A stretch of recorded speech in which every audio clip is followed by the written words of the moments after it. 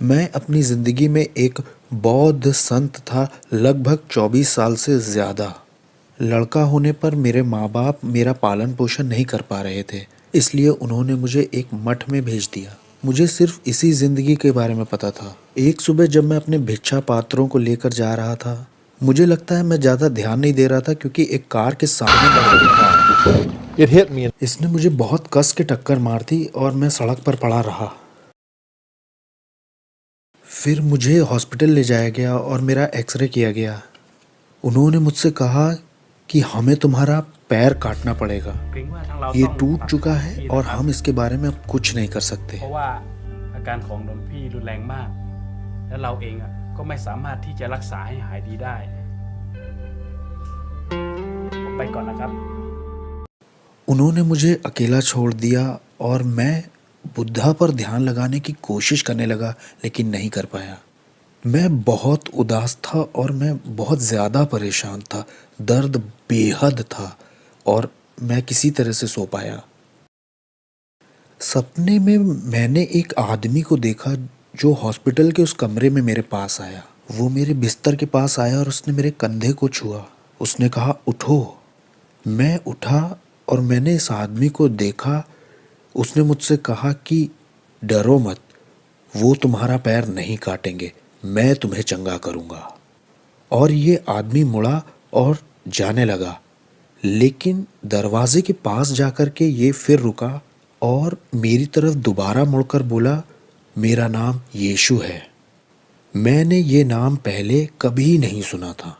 मुझे मालूम ही नहीं था कि यीशु कौन था। मैं दोबारा सो गया। उसी रात को बीच में मैं फिर उठा और मैंने महसूस किया कि मेरा पाँव थोड़ा गर्म है और सुबह तक मेरे पैर में जान थी। और जो डॉक्टर आया मुझे कमरे में तैयार करने के लिए सर्जरी के लिए, उसने पाया कि मेरा पैर पूरा चंगा है। क्या हुआ तुम्हारे साथ, उसने कहा। और मैंने उसे उस व्यक्ति के बारे में बताया जो रात में मेरे कमरे में आया था। मैंने कहा उसका नाम यीशु था, उसी ने मुझे चंगा किया है। और डॉक्टर ने भी ये नाम पहले कभी नहीं सुना था। डॉक्टर ने कहा, हाँ ठीक है, तुम अब वापस अपने मठ में जा सकते हो, मैं और ज़्यादा तुम्हारे लिए कुछ नहीं कर सकता। तो फिर मैं अपने मठ में वापस आ गया। लेकिन ये मेरे साथ हुआ क्या, ये मैं बार बार सोचा करता था। और 2 हफ्ते बाद जब मैं अपने भिक्षा पात्रों को लेकर के फिर से जा रहा था लोगों के पास दान और भिक्षा ग्रहण करने के लिए, 2 लोग मेरे पास चलकर आए। उनमें से जो आदमी था वो बोला, उसने कहा, मैं आपको जीवित परमेश्वर की कहानी सुनाना चाहता हूँ।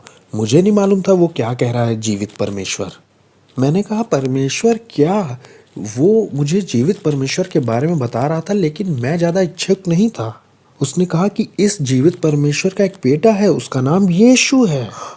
यीशु, मैंने सुना और मैं रुक गया। मैंने कहा, तुमने किसको बोला? उसने कहा, हाँ यीशु। और तब उन्होंने मुझे वो पूरी बात बताई जो यीशु के बारे में थी और जो कुछ उसने मेरे लिए किया है वो भी। मैंने कहा, मैं इस यीशु के पीछे चलना चाहता हूँ, उसी ने मुझे चंगा किया था। मैं यीशु का चेला होना चाहता हूँ।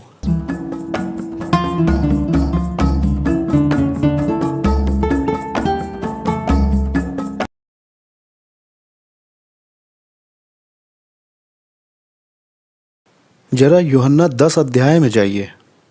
और कोई कहेगा कि अरे बुद्धा के बारे में क्या वो हमारी चट्टान की तरह है? नहीं, उनकी जो चट्टान है वो हमारी चट्टान नहीं है। फर्क नहीं पड़ता चाहे वो हिंदुज़म हो, चाहे इस्लाम हो या कोई भी धर्म हो। ओके, तो आप मुझे बात करने दीजिए बुद्धा के बारे में। और कुछ लोग ऐसे भी निकल के आते हैं जो कहते हैं, सुनो बुद्धा पहले आए थे, बुद्धा पहले था, क्योंकि बुद्धा 500 बीसी में आए थे। और बीसी का क्या मतलब होता है? हाँ, जानते हैं बीसी को बिफोर क्राइस्ट कहते क्यों हैं? क्योंकि हमारी ये जो चट्टान है ये इतनी बड़ी और महान है कि पूरा कैलेंडर और पूरा तारीख का जो सिस्टम है, मतलब 2017 क्या, 2017 हमारे प्रभु के वर्ष में उस साल से शुरू, उसका मतलब आफ्टर डेथ नहीं है। इसको एनो डोमिनी कहते हैं, हमारे प्रभु के साल में है, जब से प्रभु के पैदा होने के दिन शुरू हुए हैं। और सबसे मज़ेदार बात है कि नास्तिक, ये हिंदू, ये मुस्लिम कहते हैं CE 2017 CE। या BCE। और सबसे बेवकूफ़ी की बात क्या है कि वो चाहे CE कहें कॉमन एरा या BCE कहें बिफोर कॉमन एरा, फिर भी वो किस बारे में बात कर रहे हैं? कुछ नहीं हुआ, उन सालों में कुछ हुआ ही नहीं। एक ही चीज जो हुई है वो है यीशु का पैदा होना। इससे फर्क नहीं पड़ता कौन सा लेटर तुम उसके आगे पीछे लगाते हो, सिर्फ 2017 बोलने से ही तुम यीशु को एक्नॉलेज कर रहे हो, चाहे तुम्हें पसंद हो चाहे ना हो। पूरी दुनिया के लोग उसे महत्व देते हैं बिना उसे जाने। बुद्धा पहले आया था, यीशु मसीह से 500 साल पहले आया था बुद्धा। देखिए यूहन्ना 10:8 में उसने क्या कहा है, मुझे बहुत पसंद है ये आयत। जितने मुझसे पहले आए वो सब चोर और डाकू थे और भेड़ों ने उनकी नहीं सुनी। उसने ऐसे नहीं कहा कि मुझे लगता है, ठीक है सुनिए समझिए। उसने कहा हाँ मुझे मालूम है, मुझसे पहले भी कुछ लोग आए थे। हाँ आए थे झूठे मसीहा, झूठे सेवियर्स, और वो सारे ही चोर और डाकू थे। मुझे बड़ा पसंद है, यीशु ने कहा मुझसे पहले जितने आए सब झूठे थे, मैं सच्चा हूँ, मैं सच्चा हूँ। क्या यीशु ने सर्वधर्म सिखाया कि सारे ही धर्म एक हैं, सारे ही धर्म स्वर्ग की ओर ले जाते हैं? नहीं नहीं, उसने कहा सब जितने आए मुझसे पहले सारे, वो सब चोर और डाकू हैं। वो उसकी महिमा चुरा रहे हैं, वो उसकी महिमा है और उसमें वो फेल हो रहे हैं, क्योंकि हम उनके हिसाब से कैलेंडर नहीं बना रहे हैं, उनके शब्दों को हम ज़्यादा महत्व नहीं देते हैं, उनके वर्ड्स ट्रांसलेट होते भी नहीं है, और अगर करने चलत के अरे तुमने खराब कर दिया भाई। आइए मत्ती 19 में चलते हैं, वहां हम अपनी और उनकी चट्टान में कंपेयर करते हैं। हमारी चट्टान यीशु है, उनकी चट्टान बुद्धा है। बुद्धा है। बुद्धिस्ट लोग ये भी कहते हैं कि हम देखिए बुद्ध की पूजा नहीं करते, लेकिन वो रोज ये जरूर कहते हैं कि मैं बुद्ध की शरण लेता हूँ, मैं धर्म की शरण लेता हूँ, मैं सांगा की शरण लेता हूँ। हर दिन वो 3 गुना बुद्धिज्म की शरण लेते हैं। और सिर्फ इतना ही नहीं, कई बुद्धिस्ट ऐसे भी कहते हैं कि हाँ हम करते हैं बुद्ध की पूजा, और जो पूजा नहीं करते वो कहते हैं हम तो बस श्रद्धा रख के आदर करते हैं, जैसे कैथलिक श्रद्धा रखते हैं मरियम में। क्योंकि ये जो कैथलिक है ये वर्शिप थोड़ी करते हैं मरियम की, ये तो बस आदर करते हैं। लेकिन बुद्धा जो उनका शरण स्थान है, जो उनकी चट्टान है, वो अगर आपको मेरा एक भी स्क्रिप्चर पुराना याद है जिसमें है परमेश्वर हमारी चट्टान है, उनमें से कुछ पदों में दिया है कि परमेश्वर है मेरा शरण स्थान, मेरे उद्धार और मेरी महिमा का आधार परमेश्वर है, मेरी दृढ़ चट्टान मेरा परमेश्वर मेरा शरण स्थान है।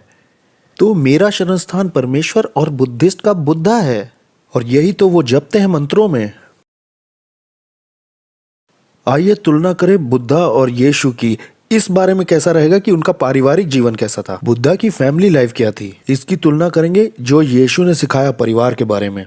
बुद्धा ने अलगाव सिखाया है, डिटैचमेंट, सब चीजों से अलग हो जाओ संसार की, यहां तक कि अपने परिवार से भी अलग हो जाओ, अपने पत्नी से भी अलग हो जाओ, डिटैच्ड। ओके। और सचमुच बुद्धा ने वही किया जो सिखाया था, क्योंकि राजकुमार सिद्धार्थ जो था, एक्चुअली जिस दिन उसका पहला बच्चा पैदा हुआ था, उसका नवजात बेटा, जरा कल्पना कीजिए जिनके बच्चे हैं यहाँ, आपकी शादी हुई है, आपका एक बेटा हुआ है और वो पहला बच्चा है आपका, और वो उन्हें बीच रात में छोड़ के चला जाता है और 6 साल तक वापस नहीं आता। मेरा मतलब आप कल्पना कर सकते हैं, जरा तस्वीर बनाइए इसकी।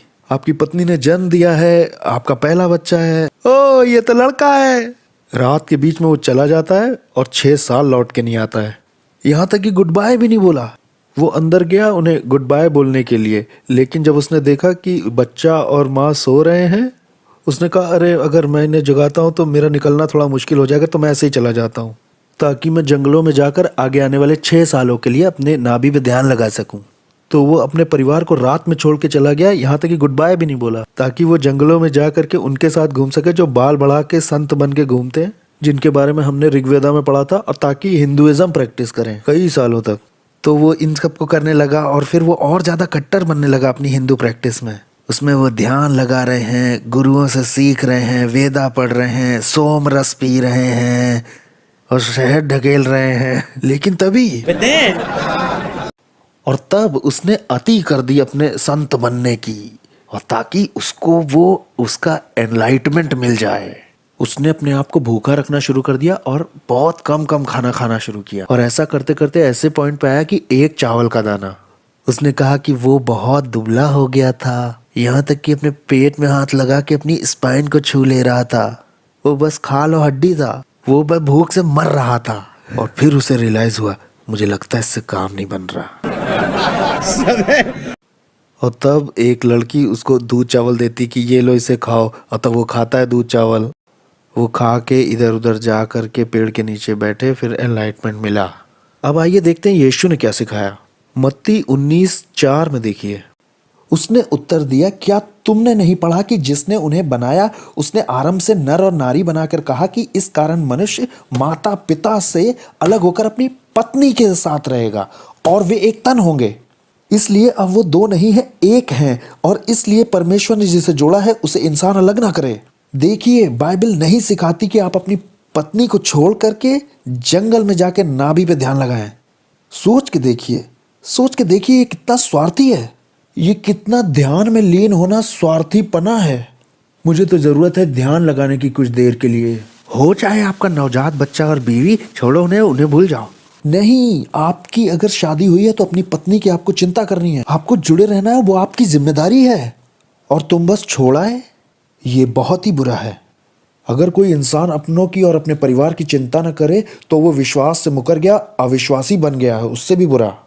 हाँ, बाइबल ऐसा कहती है कि अगर आप परमेश्वर को खोजना चाहते हैं सिंगल रह के तो आप कर सकते हैं, लेकिन अगर एक बार आपकी शादी हो गई तो आप शादीशुदा हैं। आप नहीं छोड़ सकते अपनी पत्नी को कि मैं जा रहा हूँ थोड़ा आत्मिक बनने, सी यू, और बस निकल गए। अनबिलीवेबल। कुछ ऐसी भी एंशिएंट बुद्धिस्ट राइटिंग्स हैं जिसमें औरतें हैं और बात करती हैं कि कितना बढ़िया रहा कि हमने अपने पति और बच्चों को छोड़ दिया और हम मठ में जा कर के बुद्धिस्ट नन बन गए। आखिरकार मुक्त हो गए हम झंझटों से, घर के काम से, बेवकूफ पति से, लिटरली। और बुद्धिस्ट इसे बड़ा बढ़ावा देते हैं। हमारी बड़ी एंशिएंट राइटिंग्स हैं ये। औरतें शिकायत कर रही हैं घर के कामों के बारे में, सचमुच। देखो, तुम्हें इसी में रहना है, हस्बैंड्स तुम्हें इसी में रहना है, वाइफ तुम्हें इसी में रहना है, जब तक तुम्हें मौत अलग ना करे खुद। क्या उनकी चट्टान है हमारी चट्टान जैसी? अच्छा, आप कहेंगे कि यीशु की तो शादी नहीं हुई तो वो कैसे इस बात में नमूना है? लेकिन यीशु भी 19वें अध्याय यूहन्ना में जाइए, यूहन्ना 19 में देखिए, भले यीशु शादीशुदा नहीं थे, यीशु फिर भी वो व्यक्ति रहे हैं जिसने अपनी जिम्मेदारियों को पूरा किया है जिंदगी की। उसने पिता की आज्ञा मानी और अपनी जिंदगी में जो भी जिम्मेदारियां थी उन्हें पूरा किया। और उसने दूसरों की चिंता की। वो खुद की सेवा करवाने नहीं आया था, वो दूसरों की सेवा में अपने प्राण देकर के छुड़ाने आया था। वो ऐसा कभी नहीं करता अगर उसकी पत्नी होती तो, जो कि थी नहीं। ये परमेश्वर की योजना ही नहीं थी। पत्नी को वो ऐसे रात में छोड़ नहीं देता, दम नहीं थी उसकी गुड बाय कहने की। बहुत ही बुरा। क्या आप कल्पना कर सकते हैं? वो बिना रीढ़ का बुरा, अविश्वसनीय है। ये उनका हीरो है, ये उनका गुरु है, ये उनकी चट्टान है। ये हमारी चट्टान जैसा नहीं है। यीशु यहाँ तक कि भयानक दर्द को, पीड़ा को झेल रहे थे क्रूस पर। यूहन्ना 19:26 में ऐसा लिखा है, जब यीशु ने अपनी माता को और उस चेले को जिससे वो प्रेम रखता था पास खड़े देखा तो अपनी माता से कहा, हे नारी, देख तेरा बेटा। और तब चेले से कहा, ये तेरी माता है। और उसी समय वो चेला उसे अपने घर ले गया। और किस तरह का अंतर है हमारी चट्टान यीशु मसीह में और उनकी चट्टान बुद्धा में। वैसे बुद्धा मर चुका है। माना यह जाता है कि बुद्धा का पूरा लक्ष्य ये था कि वो निर्वाण को किसी तरह से पाले, जिसका मतलब है गायब हो जाना, विलीन हो जाना, जिसका अर्थ है मरना और फिर कभी ना आना इस दुनिया में। मरने का और भयानक ये जो जीवन चक्र है, ताकि आपको बार बार ये पुनर्जन्म के चक्कर में ना आना पड़े, ये बार बार ना हो, ये खत्म हो जाए। अच्छा, मान लीजिए कि बुद्धा मरा और वो दोबारा कभी नहीं आया। उसके लिए तो हमें उसी की बात को मानना पड़ेगा। लेकिन उनके लोगों को कैसे पता चलेगा कि वो नहीं आया वापस? क्योंकि वो तो पुनर्जन्म में विश्वास करते हैं। हम जानते हैं बुद्धा कहाँ है। बुद्धा नर्क में जल रहा है। वो तो नर्क में जल रहा है इस वक्त। ओ, बुद्धा के साथ आपको विश्वास जैसा कुछ नहीं लगाना चाहिए। हमें कैसे पता चलेगा कि उसे निर्वाण प्राप्त हुआ था? हमें कैसे पता चलेगा कि नरक में भुन नहीं रहा है वो? और सच यही है कि वो है वहीं। लेकिन यीशु जिंदा है और वो पिता के साथ दाहिने हाथ पे बैठा है। आप एक ऐसे धर्म की कल्पना कर सकते हैं, जब बुद्धा का दाह संस्कार हुआ तो वो जितना ज्यादा हो सके उसके स्मृति चिन्ह और सजावट के सामान चाहते थे, उसकी राख ली और उसके सारे दांत लिए और सारे बोन फ्रैगमेंट लिए और उसको पूरे एशिया में फैला दिया। और उसके ऊपर एक बहुत बड़ा मंदिर सा बना देते हैं, स्टूपा कहते हैं उससे, और लिटरली उसको स्टूपा कहते हैं। और वो जाते हैं एक स्टूपा पे और झुकते हैं उसके सामने और लिटरली वर्शिप करते हैं एक मरी हुई लाश की, लिटरली एक दांत की वर्शिप करते हैं, और या तो हड्डी के टुकड़े और राख की। वो डेड बॉडी की पूजा करते हैं। मैं एक जीवित हुए मसीहा की आराधना करता हूं जो दुनिया में है। मैं जानता हूं वो जिंदा है चाहे दुनिया कुछ भी कहे।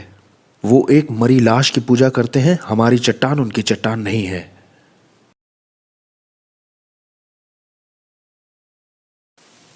जैसे मैं ट्रैवल करता हूं तो मुझे एक एक करके या कभी मेल्स में लोग पूछते हैं, इसमें खुशी भी मिलती है कि भाई ये बुद्धिज़्म क्या है, ये बुद्धिज़्म बताइए। लोग दरअसल ये भूल चुके हैं कि बुद्धिज़्म एक बहुत खतरनाक फुसलाहट है, क्योंकि ये आपको ये यकीन दिला सकता है कि आप ईश्वर के बिना भी अच्छे हो सकते हैं, क्योंकि बुद्धिज़्म में ईश्वर नहीं होता है। बुद्धिज़्म में है ही नहीं ईश्वर की शिक्षा। एक बार मेरी बातचीत हुई थी एक बहुत ही प्रसिद्ध मॉन्क से जो थाईलैंड में थी। वो महिला पहली ऑर्डेन्ड मॉन्क थी। पीएचडी थी मैकमेस्टर यूनिवर्सिटी से कनाडा में। थाईलैंड आई थी, श्रीलंका गई थी ऑर्डेन्ड होने के लिए। मैंने उनसे कांटेक्ट किया था बातचीत के लिए। हमारी बहुत बढ़िया बातचीत हुई थी और एक पॉइंट पे मैंने उनसे ऐसा कहा, आपको कौन ऐसा व्यक्ति दिखता है जो आपके विश्वास में सबसे ज़्यादा ऊंचे पर हो? उसने कहा दलाई लामा। मैंने कहा आपके विश्वास का लक्ष्य यही है कि इच्छाएं बंद करनी है, कि इच्छाएं करनी ही नहीं है? उसने कहा हाँ सही कह रहे हैं। क्या आप बता सकते हैं कि दलाई लामा ऐसी इच्छा क्यों करते हैं कि तिब्बत फ्री किया जाए, जबकि आपके विश्वास के आधार पर आप तोड़ रहे हो अपने बनाए हुए नियम को जिधर आप जा रहे थे? इसका आप कैसे जवाब देना चाहेंगी? वो बड़ी ही शांत हो गई थी। उसने कहा क्या मैं ऐसा कह सकती हूँ कि वो ऐसा करना चाहते हैं? आप देख सकते थे कि वो थोड़ा अपसेट हो गए, तो मैं थोड़ा पीछे ही हो गया। मैंने कहा मैम मेरे पास एक और सवाल है आपके लिए। मैंने कहा और वो ये है कि आप विश्वास करते हैं कि हर जन्म एक पुनर्जन्म है? उसने कहा हाँ। मैंने कहा अगर आप आज से शुरू करें और पीछे की ओर चले जरा, ठीक है, आपने आज से शुरू किया और आप पीछे गए तो आपके पास जन्मों की एक संख्या होगी, ठीक है ना? उसने कहा हाँ मैं ऐसा कहूँगी। जब आप यकीन करते हैं कि हर जन्म एक पुनर्जन्म है और हर जन्म पिछले जन्म का भुगतान है और आपके पास जन्मों की एक संख्या है, इसका जरूर ये मतलब है कि आपका एक, वो थोड़ा अटकी बोली हाँ कहूंगी मैं, तो आप पहले जन्म में किस चीज की कीमत चुका रहे थे? वो दिख रहा था कि हिल गई है सवाल से। उसने कहा हम ऐसा चुनाव करते हैं कि ऐसे सवाल ना पूछें। बड़े व्यंग्यात्मक तौर पे उसने भी परिवार छोड़ा था जैसे बुद्धा ने छोड़ा था। उसने अपने बच्चों को छोड़ा था और अपने पति को भी, और उस सब से अलग हो गई थी। मैंने कहा क्या आपको अपने बच्चों को देखने का मन करता है? मैं देख सकता था कि आंसू निकल आए और होठ कांपने लगे हैं। उसने कहा मैं उन्हें रोज स्कूल लेके जाती हूँ, छोड़ती हूँ, उनको स्कूल से लाती। उसके पास एक कार भी थी। वो बुद्धिस्ट मंक थी और फीमेल थी, तो वो किसी आदमी को भी ड्राइविंग के लिए नहीं रख सकती थी, तो खुद ही अकेले चलाती थी बच्चों को लाने के लिए। वो वहां पर अपने ब्रेकिंग पॉइंट को देख पाई। एक बार मेरे एक हिंदू दोस्त ने जो बाद में मसीही बना, उसने ऐसा कहा रवि मैंने सोचा इस बारे में जो हमारी बातचीत हुई थी और मैं इस नतीजे पे पहुंचा कि यहाँ तक कि मेरा बैंक मैनेजर भी बताता है कितना मुझे भरना है, कितना मेरा बाकी है, लेकिन मेरा ये जो कर्म चक्र है इसमें मुझे कभी पता नहीं चलेगा कितना मेरा बाकी है और कितना मैं भरूंगा अभी। और उसने कहा ये तो बहुत हार्टलेस सिस्टम है, और फिर उसने अपना जीवन मसीह को दिया। तो जो लोग मुझे देख रहे हैं इस भरने वाले दृष्टिकोण को रखते हैं, जो चाहते हैं कि एक अच्छा जीवन जिया जाए, ये बताता है कि आप कौन हैं। आप किसी को सताना नहीं चाहते, आप किसी को दर्द देना नहीं चाहते, लेकिन मैं आपको याद दिलाना चाहता हूँ कि भलाई आपके अंदर नहीं मिलेगी। इस दुनिया की सबसे बड़ी समस्याएं बाहर नहीं है, वो मनुष्य के अंदर है। एक बदला हुआ मनुष्य का हृदय और मसीह यीशु का अनुग्रह और उसकी उपस्थिति के आने से आपको सही तरह की भूख मिलती है, और तब आप जानेंगे कि हर मनुष्य का एक बार मरना और अपने रचयिता से मिलना तय है। आज आप उन देशों की तरफ नज़र उठा के देखिए जो भुगतान करने का नज़रिया रखते हैं। सबसे ज़्यादा समस्याएं उन्हीं देशों में हैं, क्योंकि भुगतान करने के इस नज़रिए में सबसे महत्वपूर्ण चीज़ ये है कि आपको ऐसा होना चाहिए, लेकिन आप हैं नहीं। परमेश्वर आपको सामर्थ्य दे मसीहत को समझने की।